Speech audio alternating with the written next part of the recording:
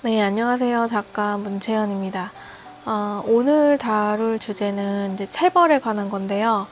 아이를 키우면서 체벌을 해야 하는가, 하지 말아야 하는가, 이 양쪽의 상반된 입장을 두고 굉장히 많은 부모님들이 아마 저를 비롯해서 굉장히 많이 혼란을 겪으실 거라고 생각이 들어요. 그래서 한번 오늘 얘기를 나눠보려고 하는데요. 얼마 전에 이제 공중 화장실에서 겪은 일인데, 아이가 혼이 나면서 들어오고 있더라고요. 엄마랑 같이. 근데 엄마가 계속 말로 안 되니까 문을 딱 잠그고 들어가더니 아이 엉덩이를 막 팡팡 때리더라고요. 그래서 아이는 결국 울면서 이제 제지가 됐는데, 아마 이런 질문에 나는 과연 아이를 지금까지 혼내지 않고 말로써 키웠다, 이런 질문에 예라고 대답하는 부모님들이 과연 얼마나 계실지는 모르겠어요. 근데 대부분이 아마 아니라고 대답할 것 같아요. 저도 이제 굉장히 화가 난 상황에서 아이 엉덩이를 몇 번 이렇게 때렸던 적이 있는데, 이게 참 체벌이라는 게 물론 그 상황에서 당장 아이를 제지하는 데는 효과가 있을지 모르겠지만, 지나고 나서 생각해보면 엄마 마음이 그렇게 뭐 개운하거나 내가 정말 잘했다 이런 생각이 들지는 않잖아요. 그리고 아이도 그렇게 해서 말을 그 상황에서 들었지만 그 행동이 다시 일어나지 않으리라는 그런 법은 없거든요. 아이를 훈육하는데 체벌은 하지 말아야 할 것이다 라는 많은 연구 결과가 있어서, 그렇다면 과연 아이를 체벌하지 않고 어떻게 우리가 아이를 키울 수 있나, 한번 그런 상황들에 대해서 얘기를 나눠보려고 해요.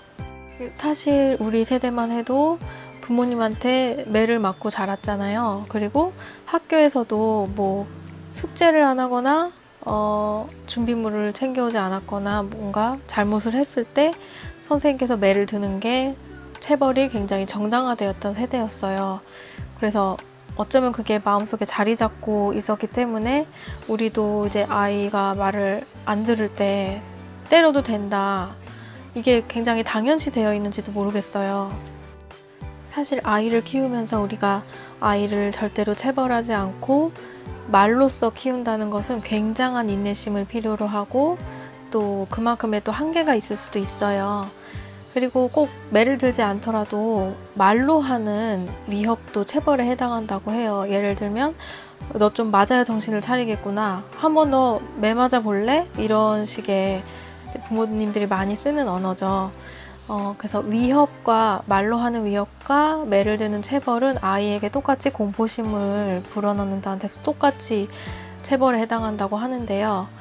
과연 그러면 이렇게 체벌을 당한 아이는 올바르게 자랄까?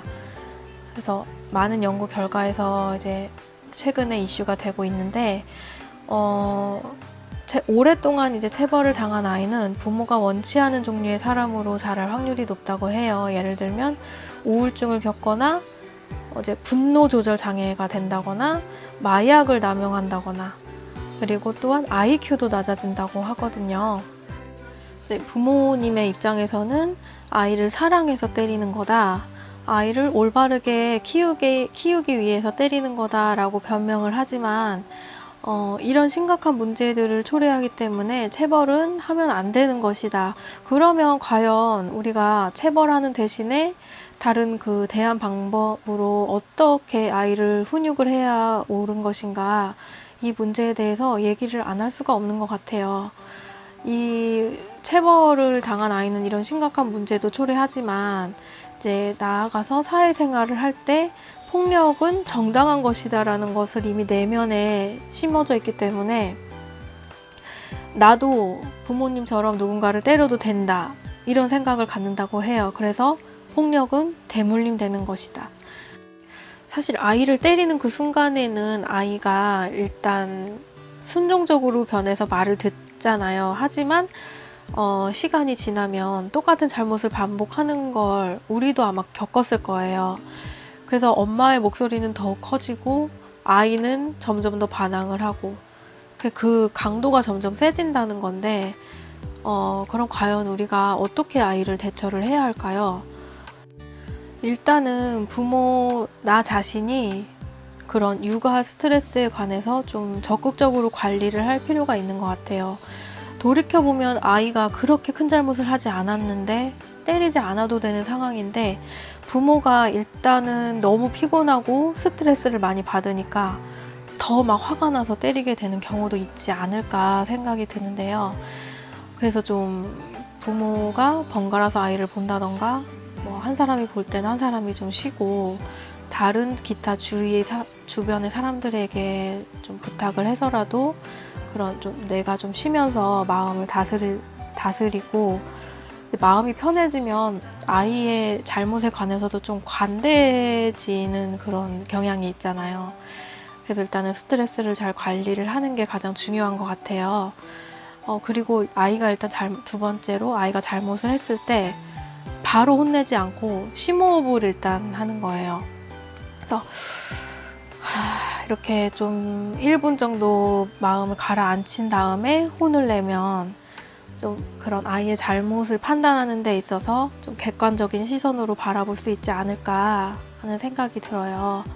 그리고 이제 효과적인 방법은 생각하는 의자에 앉게 하는 건데요. 이거는 이미 유명한 방법이고 많은 부모님들이 이제 사용하고 계시는 방법일 수도 있어요. 그래서 아이가 잘못을 했을 때 말로 일단 타일러서 안 되면 생각하는 의자에 뭐 5분에서 10분 정도 앉게 해서 아이 스스로 내 행동에 대해서 돌아볼 수 있는 시간을 갖게 해주는 거예요. 유명한 가수 아이유의 아버지께서는 아이유가 잘못을 할 때마다 신문을 주면서 신문에 있는 사설 기사 한 페이지를 똑같이 따라 쓰게 했대요. 그러면서 이제 아이가 그 글씨를 따라 쓰면서 이제 아이도 아빠도 화를 가라앉히고 일단은 그 상황에서 벗어나는 거죠.